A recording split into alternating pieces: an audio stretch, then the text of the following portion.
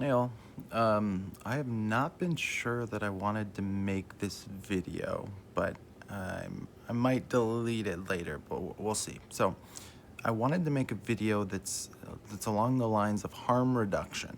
So there's a lot of people that are still stuck addicted and can't get off, right? I put a lot of my effort into helping people get off, but some people can't.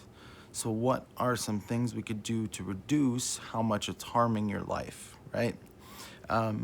So I just wanted to put some notes together on that. If you're quit, this might not be the video for you. Um,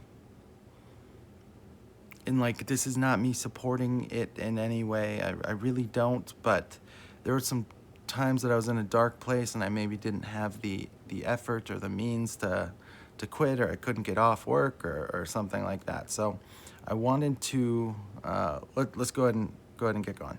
So the first harm reduction tip I'm gonna talk about is cost. So so how can we stop spending so much money?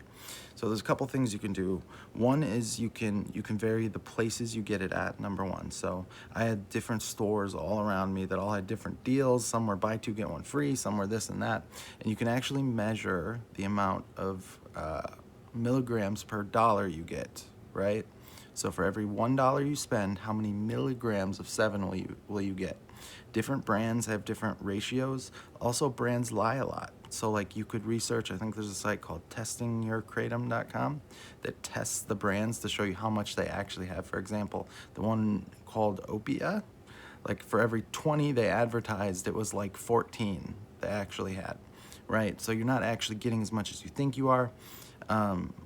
And so you can use that, right? So you could research your brands, find which one has the most, and do a true cost per dollar. So what you do is you take the amount of milligrams, right? So if, let's say a pack comes with 200 milligrams, and then you divide it by the cost, right? So if it's 200 milligrams, and let's say the pack is $19.99, so $20, we can do 200 milligrams divided by 20, and then that number will be how many milligrams we get per dollar. So 200 milligrams, divide by 20, that gives us 10 milligrams per dollar, right? So every $1, we get 10 milligrams. And that's the number where you're gonna compare these different brands, right? Because some come in a bigger package with a bunch, some are little samples, and that's the number you're chasing, right? So go through, do your research, look at the brands, and again, don't do the numbers on the package per se. I would do the testing your kratom numbers. How much is actually in the pills, and it's probably different batch to batch.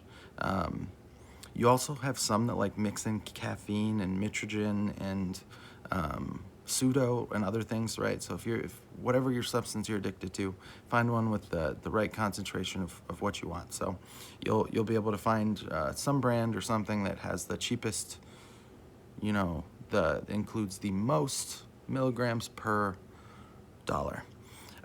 Next, I never did this. I was a instant gratification person and I was hiding it, but you can buy just powder places. I don't have a recommendation. Again, I didn't do it.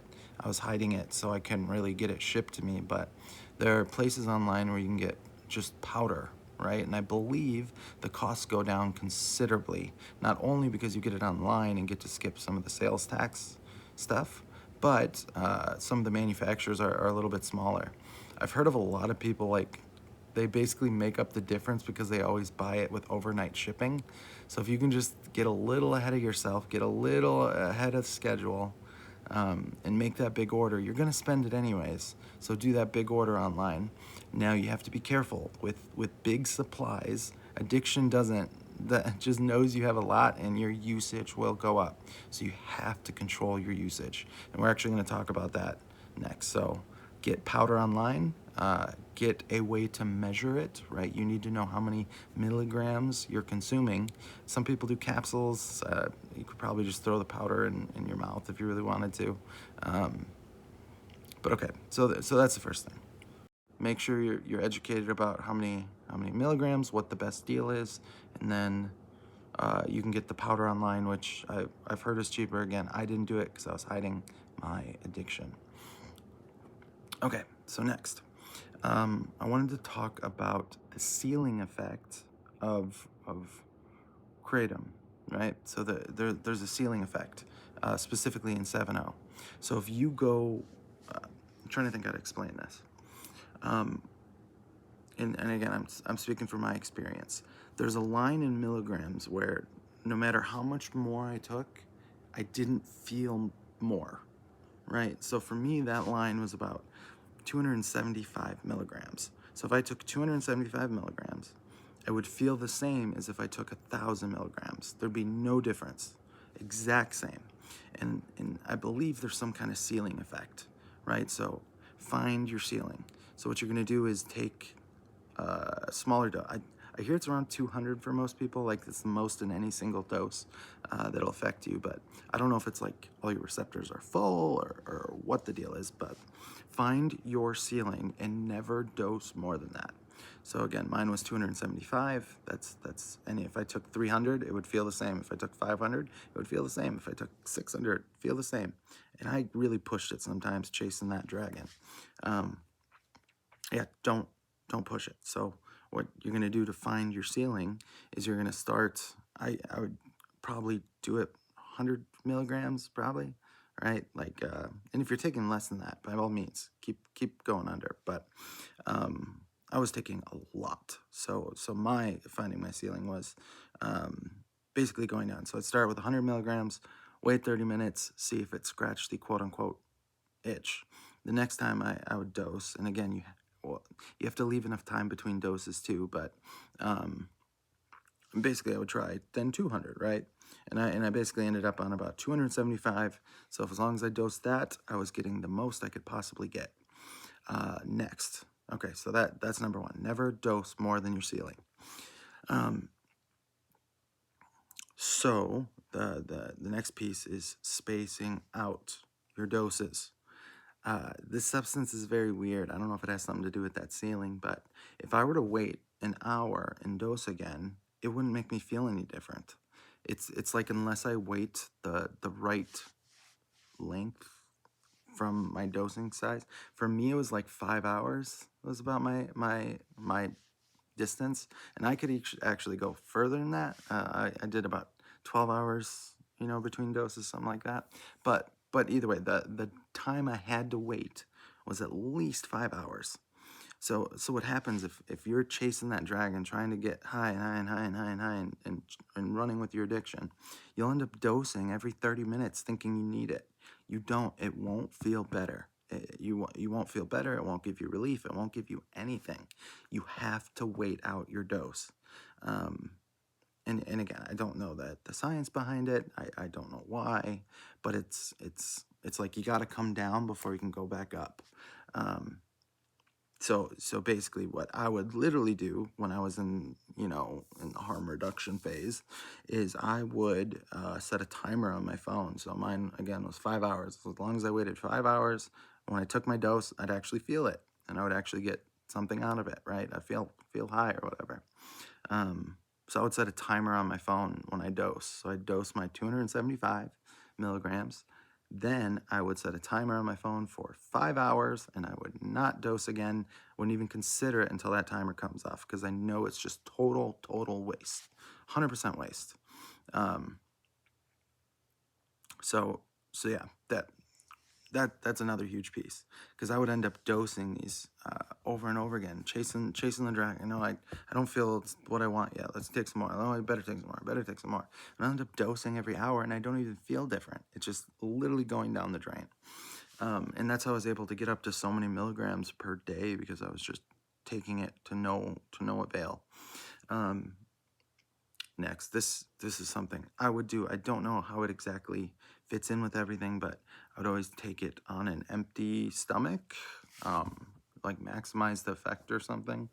It might have shortened the duration a little bit or something like that, but I would take it on an empty stomach, sometimes with coffee, something like that. But that would do it for me.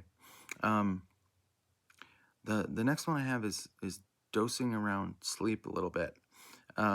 So I told you about that window, right, where it's in your system, and all that, and you don't want to wake up from a withdrawal. So if you're waking up at 3 in the morning or 4 in the morning and dosing again, that's it just means you're like wasting it to some extent. So um, for me, I would sometimes push my dose. Like I'd basically be able to push a couple hours at night so that I would dose right before bed, so that I'd cut out a whole dose out of my day. So I'd go through a couple hours of discomfort, some sweating, some this and that, but it would cut it out. Okay, so I'm going to go into a different category, and that is helper meds. There are meds you can take that can kind of assist you, and this isn't what I'd recommend. Like, again, this is just harm reduction. I'd highly recommend you just quit, and I've talked about that a lot, but there's a prescription that's given out in the recovery world a lot called gabapentin. And I don't know why exactly, but it treats opiate withdrawal. And so what I was actually able to do is when I was in a crunch period and I wasn't able to get any, I could actually dose gabapentin, and it would allow me to push that 5-hour window, right, where I'd have to take it again. The effects went away. And I could actually push it, up to even almost 24 hours some days by dosing gabapentin. The amount I would do is I would just do 300 milligrams every 30 minutes until I felt okay. So it'd be 300 and 30 minutes, 300. By then it was usually not too bad. But yeah, so I don't know why, but I could go from dosing 3 times a day to dosing once a day if I was using gabapentin. Now you do build a tolerance to gabapentin, and you can't do that every day because it'll stop working basically. The magical effect of gabapentin happens because it's not constantly in your system. The second you dose it every day, the effectiveness of using it for opiate withdrawal goes away. So this is like, a couple times a week, or if you're struggling through payday, getting gabapentin is pretty easy. You can talk to just about any doctor, say, hey, I'm struggling with opiates, and they'll give it to you. They usually start you on pretty low doses. I think it's like 100 milligrams a day or a couple times a day, and then 200. And like they work up the thing. I ended up having a prescription for 600 milligrams 3 times a day. And I just told you how I dosed it, 300 milligrams every 30 minutes. I'm okay. Ended up being okay. So those are the helper meds. I also had some sleeping medication that I would not recommend, but I had some very strong sleeping medication called Ambien, and what I could do is I could use that to cut out my night dose. So it was crunch time, payday was a few days out, something like that. I could take it at, let's say, 8, yeah, let's say 8 o'clock, something like that, 7 o'clock. I usually took it right before dinner, so it'd kind of kick in time. But that would allow me to sleep through the discomfort of wanting it. You got to know your withdrawal timeline. For me, like the real bad stuff starts about hour 16. It's all mental until that, right? It's just mental, like the anxiety, the restlessness, but nothing physical yet. So around hour 16, I start getting a little sweaty, fidgety. Around hour 24 is when the restlessness, the RLS stuff starts. Around hour 16, I also start the weird sneezing thing, where like you just start sneezing and throwing up and all that. So yeah, you can basically be creative to alter when that dose is, so you can get down in your doses, right? You can get down. This one I don't recommend with all of my heart. I'm just letting you know what I did. If I was really struggling, Suboxone is something they hand out a lot. I've heard of people using Suboxone to get them to payday. So what they do is they literally just dose it 1 or 2 days.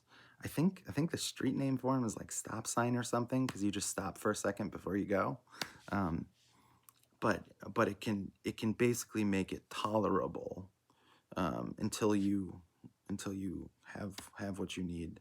The important thing to know about that is it kind of stays in your system for like 24 hours. It does go down, but let's say you dose it however many milligrams in the morning at 8 in the morning. You don't want to dose 7 again until complete 24 hours after that. Otherwise, you're actually losing some of the effectiveness because it's blocking your receptors. So you actually won't even get that full dose. I've only done this next piece a couple times. If you are on Suboxone, I don't know why, But if you're on Suboxone and you take, I'm talking like even 10 milligrams, and again, I was taking a ton of 7, and I could even take one little sample, 10 milligram thing, or 30 milligram tab, and it would make me feel completely satiated. It's like the combination would fill me up, make me feel sustained, off a teeny amount. So like sub plus a teeny amount. Now, that goes out of hand for just about everyone I've heard doing it, right? They end up just dosing all of it all the time, and nothing works. But yeah, I'm just telling you what I've kind of had to do to get, you know, on the worst of days. So I think that is about all I have for this harm reduction topic. Again, I might not keep this up. Again, I'm not overly interested in helping people use. I'm a lot more interested in helping people not use.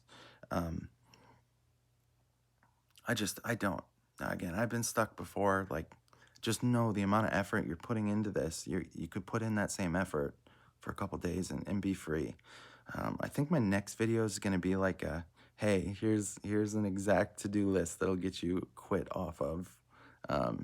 It'll be like a 4-day plan that'll get you off of it. And that maybe that'll be cool. But yeah, and again, just I'm not a doctor. This is just my experience.